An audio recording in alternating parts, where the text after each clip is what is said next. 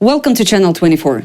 Last night, Russia launched a massive attack on Kharkiv, Dnipro, Zaporizhia. The city of Kharkiv was under fire for nearly 3 hours, hit by missiles, glide bombs and drones. There are confirmed fatalities and multiple injuries. A civilian facility was damaged. In total, Russia attacked Ukraine with 208 Shahed drones, 12 ballistic, 8 cruise and 7 guided aerial missiles. Ukrainian air defense reported it managed to shoot down 200 aerial targets. A regional tuberculosis treatment facility was hit with a Russian-guided glide bomb. As of now, we know about 12 injured. 4 of them were admitted to the hospital. Among the injured is a 12-year-old girl. Ukraine hit back. Overnight, long-range drones of Ukraine's SBU struck the Stavropol signal radio factory in Russia, a major electronics producer for the Russian military-industrial complex. According to SBU sources, one strike hit the workshop that hosted expensive imported equipment, another struck the radio electronic components department.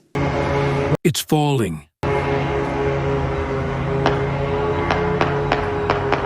They're knocking it down. Istanbul talks. Turkish Foreign Minister Hakan Fidan says a Zelensky-Putin summit in Turkey is now being discussed. According to him, some sort of agreement was reached this week in Istanbul during Ukraine-Russia negotiations. But just hours later, the Kremlin shut down the idea, saying there would be no meeting between Putin and Zelensky until the final stage of signing a peace deal.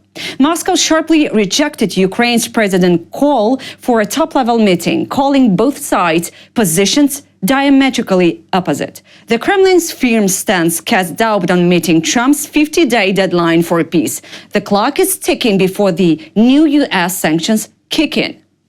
UN says June had the highest level of civilian casualties in Ukraine in 3 years. In total, since the beginning of the Russian full-scale invasion of Ukraine, the UN Human Rights Mission has verified that more than 13,000 civilians, including 760 children in Ukraine, have been killed. The daily barrage of Russian missiles and drones against Ukrainian cities and towns has continued to intensify with devastating consequences for the civilian population.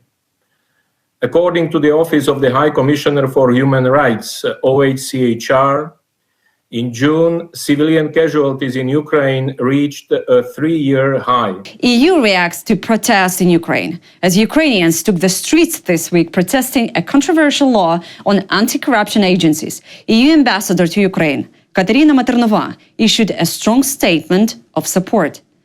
On her page on Facebook, she praised Ukraine's youth for their peaceful protest and called for open dialogue between society and the government, especially during wartime. She also welcomed President Zelensky's response to public outrage, calling it an important step toward rebuilding trust. The European Union stands on the value of freedom. Freedom of speech, of assembly, of critical thought. Ukrainians live this value not only in parliament and media, they live it also on the squares, even when missiles are flying over their heads. That shows a strong, deep-rooted instinct for freedom, with weapons and with voices. Meanwhile, U.S. Senator Richard Blumenthal, co-author of new sanctions legislation against Russia, also weighed in. Ukrainians are demonstrating democracy in action. I hope Zelensky will continue to show transparency and anti-corruption commitment. His credibility and support depend on it. That's all for now. For more content, please subscribe.